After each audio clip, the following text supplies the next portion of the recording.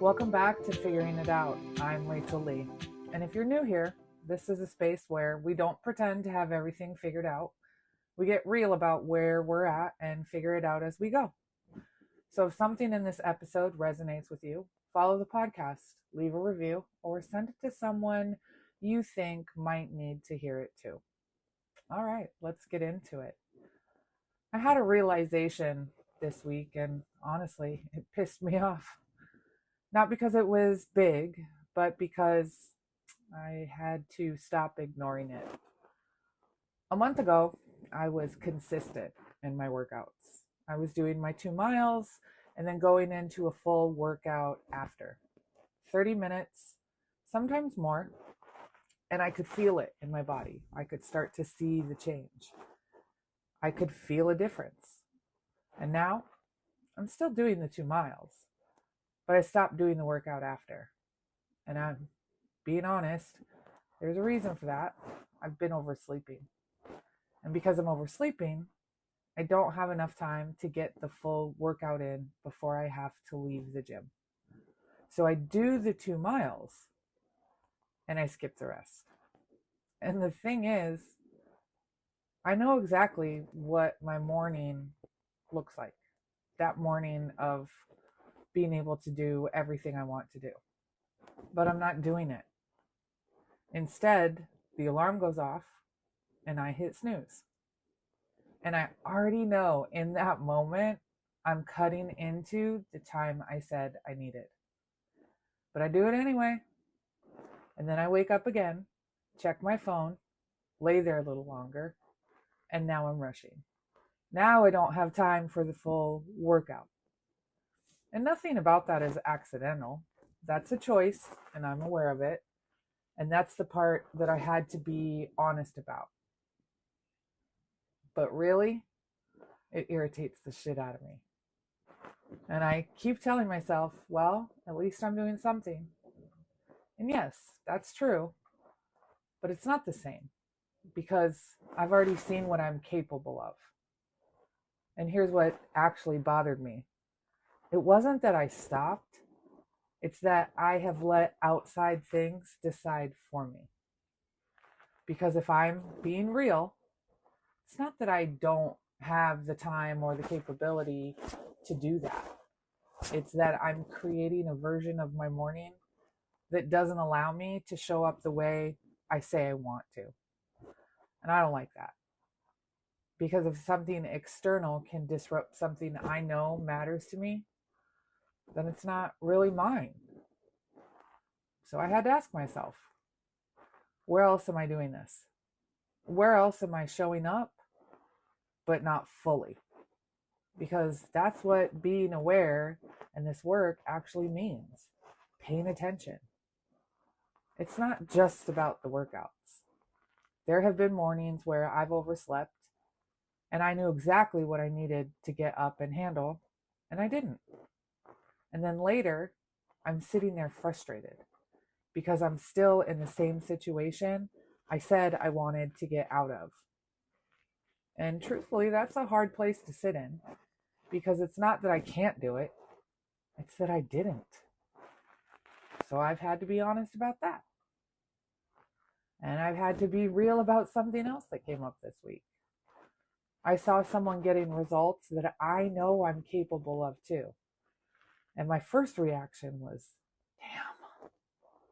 Not in a bitter way, more like a wake-up call. Like, what am I doing? Because it forced me to look at myself. Am I actually lacking something? Or am I just not fully showing up in what I already have around me and what I'm working towards in my life? So being honest, this isn't a new thing for me. I've done this in different seasons of my life where I show up, but not all the way. Where I stay just comfortable enough to avoid fully committing. And I never called it that before, but that's exactly what it is. And the only way I can explain it is this. It feels like I'm renting parts of my life. Like I'm living in it, but not investing in it, not fixing it, not fully owning it. And when you're renting something, you don't go all in. You don't take full responsibility for it. You can kind of just exist there. And I think I'm not alone in this. There's a lot of people that do this. We show up halfway. We commit halfway. We try, but not fully. Because if we don't fully show up, we don't have to fully face the outcome. And that part kind of hit me the other day. Because it's easy to say, well, I showed up, I did something, but it's harder to ask, did I actually give this what I'm capable of? And those are two very different things. And then I realized this isn't just showing up in my habits. I've seen this before in my life, in my relationships too. I remember hearing that you attract who you are. Think about that for a hot second. You attract who you are. So if you keep attracting emotionally unavailable people, yep, it's not just them, it's you too. And I had that realization a couple years ago. So I have actually worked on that within myself. But what that meant was it's not just bad luck. That's me, right? It was me.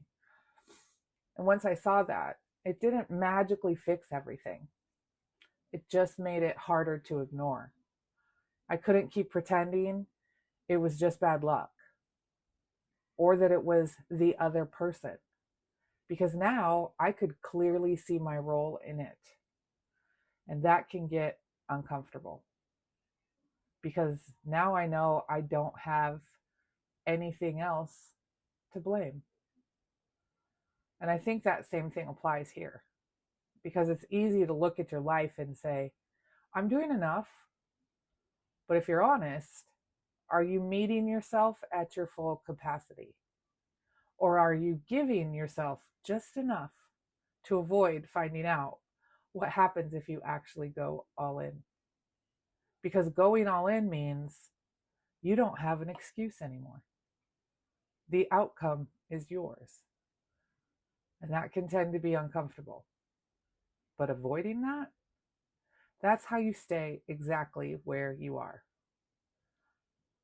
So that's where I'm at right now. Just asking myself, where am I actually owning this? And where am I just living in it? Not perfectly, not all at once, but honestly. Before we wrap up, I want to say this. This space, this podcast, this isn't where I come to act like I have everything figured out. I don't. You're listening to me figure things out in real time sometimes. And that's the point, because none of us have this perfectly dialed in. We're all navigating our own habits, our own patterns, our own situations, trying to get a little better and figure out what we're actually doing. And this is a place where we get to be real about that, but still move forward.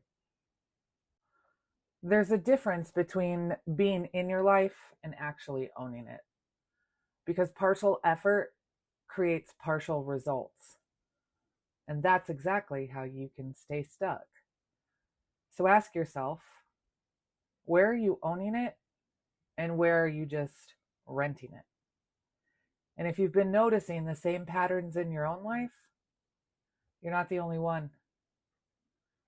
Well, that's all I have for you today. So thanks for joining me along this journey and today. And if this episode resonated with you, follow the podcast, leave a review, or send it to someone who needs to hear it. I'm Rachel Lee. I'll see you next Wednesday as we keep figuring it out.